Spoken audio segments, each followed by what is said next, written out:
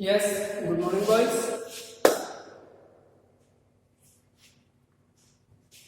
प्रतिचयन और उनको पढ़ने के बाद हमारी नेक्स्ट क्लास है आज समन के प्रकार, कलेक्शन ऑफ डाटा, जिसके टू टाइप्स है, primary data and secondary data. Primary data क्या होता है, सेकेंडरी डाटा क्या होता है।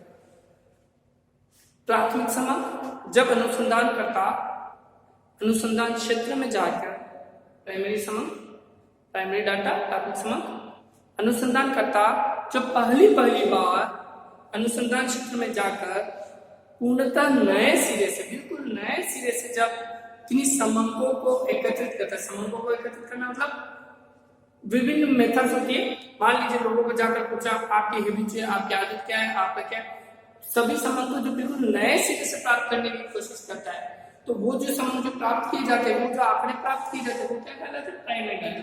सिंपल सी बात है, अनुसंधानकर्ता द्वारा पहली बार बिल्कुल नए सिरे से समंकों का एकत्रण, और वो समंक क्या कहलाते हैं, प्राथमिक समंक। हमने लिखा है समंक अनुसंधानकर्ता द्वारा पहली बार आरंभ से अंत तक बिल्कुल नए सिरे से एकत्रित किए जाते हैं, तो उन समंकों को हम क्या कहते हैं, प्राथमिक समंक, प्राइमरी डाटा।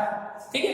सेकेंडरी डाटा क्या होता है, वे समंक जो पहले से किसी संस्था द्वारा, किसी व्यक्ति द्वारा एकत्रित कर लिए जाते हैं और उन्हें प्रकाशित कर दिया जाता है, या बिना प्रकाशित भी हो सकता है, पर वे समंक जो पहले से किसी व्यक्ति संस्थाओं द्वारा एकत्रित किए जाते हैं और बाद में अनुसंधान करता उन समंकों का उपयोग करता अपने अनुसंधान में, तो वे समंक क्या कहलाते हैं, द्वितीयक समंक। अर्थात द्वितीयक समंक में अनुसंधान करता स्वयं अनुसंधान क्षेत्र से नए से डाटा कलेक्ट नहीं करता, तो पहले से किसी व्यक्ति या संस्थाओं द्वारा जो प्रकाशित अप्रकाशित डाटा है उनका जब उपयोग करता है अपने रिसर्च में, शोध में, तो वे समंक क्या कहलाते हैं, द्वितीयक समंक। वे समंक जो पहले से अन्य व्यक्ति या संस्थाओं द्वारा एकत्रित व प्रकाशित किए जा चुके हैं और अनुसंधान करते केवल उनका क्या करता है, प्रयोग करता है, तो हम उसको क्या कहते हैं, द्वितीयक समंक। आइए प्राथमिक समंक पढ़ते हैं। प्राथमिक समंक क्या है, उसको एकत्रण की कौन कौन सी प्रमुख रीतियां इसको समझने की कोशिश करते हैं। पहली रीति है प्रत्यक्ष व्यक्तिगत अनुसंधान। प्रत्यक्ष व्यक्तिगत अनुसंधान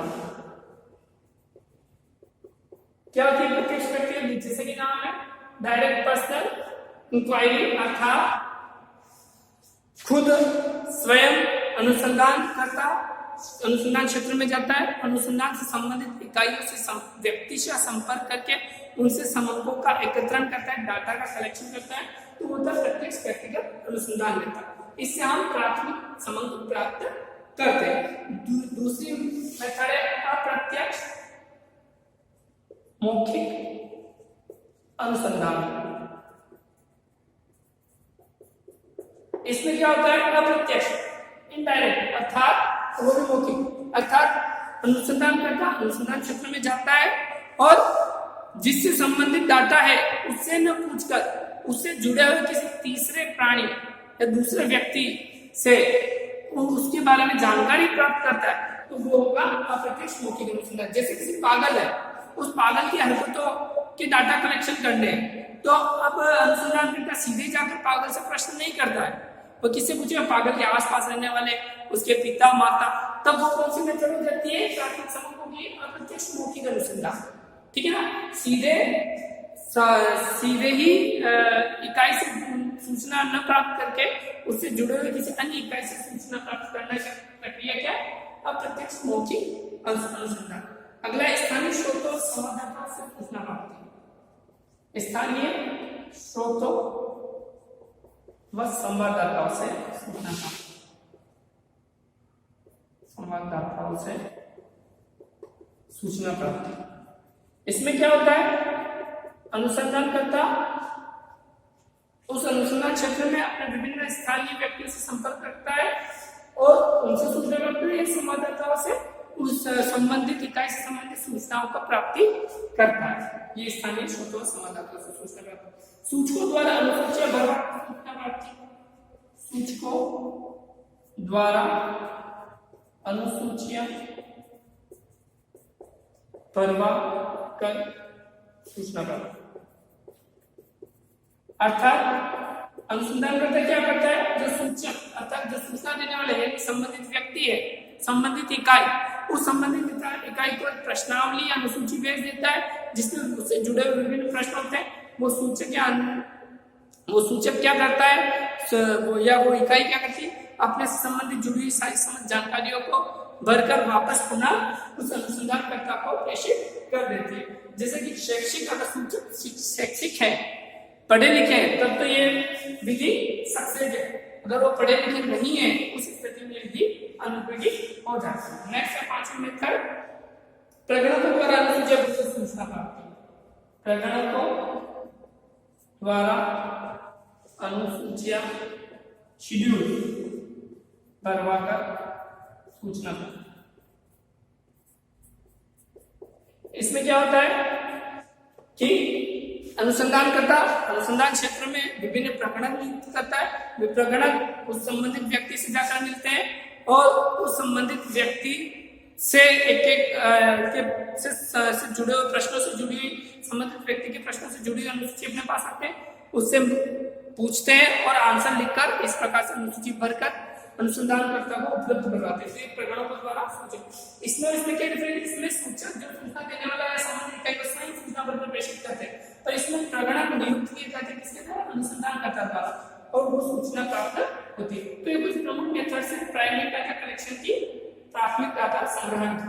ठीक है, आइए उपयुक्त रीति का चुनाव, इन नीतियों में से कौन सी नीतियों का चुनाव या इन नीतियों को चुनाव करते समय हमें किन किन बातों का ध्यान रखना चाहिए, इनको देखते हैं। अनुसंधान की प्रकृति, पहला पॉइंट क्या है, अनुसंधान किस टाइप का है।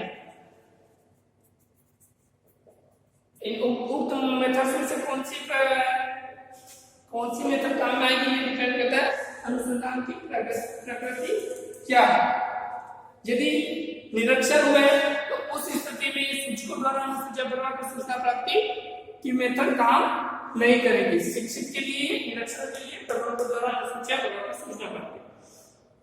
और बहुत सी चीजें अनुसंधान की प्रकृति इस पर निर्भर करती है।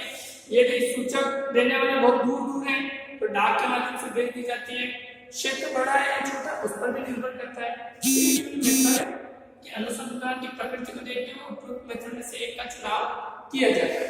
दूसरी चीज है उद्देश्य का क्षेत्र। आखिर अनुसंधान का उद्देश्य क्या है और क्षेत्र कितना बड़ा है। क्षेत्र ज्यादा बड़ा है, विशिष्ट क्षेत्र है, तो इसके लिए इनमें से कौन सी मेथड प्रत्यक्ष व्यक्तिगत अनुसंधान संभव नहीं होगा।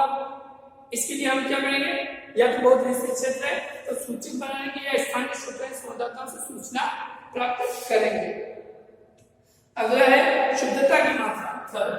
शुद्धता की मात्रा ये कहते हैं तो सबसे ज्यादा शुद्धता की मात्रा किसमें है, प्रत्यक्ष व्यक्तिगत अनुसंधान में।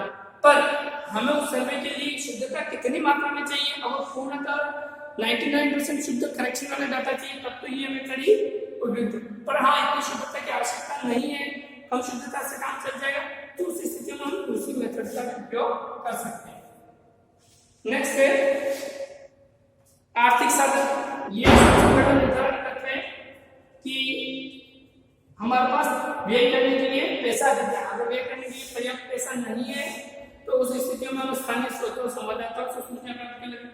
यदि है तो प्रगणकों की नियुक्ति कर हम वो कर लेते हैं। आर्थिक साधन और ऐसे समय भी हो गया। समय अगर अधिक है तो प्रत्यक्ष व्यक्तिगत अनुसंधान अपना सकते हैं। समय कम है, उस स्थिति में प्रगणकों द्वारा भी हम सूचना प्राप्ति कर सकते हैं ना। समय भी एक महत्वपूर्ण तत्व है, उपलब्ध समय। ये कुछ प्रमुख तत्व है जो उसको प्रभावित करते हैं कि कौन सी मेथड हम काम में लेंगे। प्राइमरी डाटा कलेक्शन रिसर्च के लिए प्राइमरी डाटा सबसे महत्वपूर्ण माना जाता है। इस पर ही आधारित आजकल नए रिसर्च या पीएचडी प्रोग्राम्स होते हैं। सेकेंडरी डाटा है। सेकेंडरी डाटा आप जो समझिए वे समूह जो पहले से अन्य व्यक्तियों संस्थाओं द्वारा एकत्रित किए जाते हैं, प्रकाशित किए, अनुसंधान करता है, केवल उनका उपयोग करता है। अब ये द्वितीयक समूहों को कैसे प्राप्त किया जाता है, इसके प्रमुख स्रोत कौन से, दो भागों में, प्रकाशित स्रोत और अप्रकाशित स्रोत। प्रकाशित स्रोतों में अंतरराष्ट्रीय प्रकाशन अर्थात अंतरराष्ट्रीय स्तर पर कोई जर्नल वगैरह करती है तो उनके प्रकाशन या अंतरराष्ट्रीय IMF इनकी रिपोर्ट, वर्ल्ड बैंक इनकी रिपोर्ट, उनका उपयोग जब हम करते हैं रिसर्च में तो वो क्या हो जाता है, अंतरराष्ट्रीय प्रकाशन से प्राप्त द्वितीयक समूह। सरकारी और सरकारी देश की सरकार जब ये सब प्रकाशित करती है तो और उनका हम उपयोग करते हैं अब रिसर्च में, तो अनुसंधान करता जब सरकारी अर्धसरकारी प्रकाशनों का उपयोग करते हैं तो द्वितीय समूह। समिति एवं आयोगों की रिपोर्ट है। व्यापारिक संस्थाओं के प्रकाशन भी इसके अंतर्गत आते हैं। अनुसंधान संस्थाओं के प्रकाशन रिसर्च इंस्टीट्यूट होती है, वो भी अपने कुछ डाटा प्रकाशित करते हैं, उनका उपयोग जब अनुसंधान करता है तो द्वितीय समूह कहलाते हैं। पत्र पत्रिकाओं का उपयोग जब किया जाता है तब वे द्वितीय समूह, उनका उपयोग कर उनके डाटा का उपयोग किया जाता है जब अनुसंधान करता है तो द्वितीय समूह। व्यक्तिगत अनुसंधान का कुछ रिसर्चर होते हैं जो खुद अपने स्तर पर विभिन्न चीजों के डाटा कलेक्शन करते हैं और उनको प्रकाशित करते हैं, ये लोग भी सेकेंडरी। अप्रकाशित तो बहुत से हैं और भी अन्य खूब सारे प्रकाशित जिनसे सामान एकत्रित किए जाते हैं। धन्यवाद। या आशा आपको प्राथमिक और द्वितीय डाटा आप समझ में आया होगा और इसकी प्रमुख रीतियां ये आपको महत्वपूर्ण है, इनको आप समझे। धन्यवाद।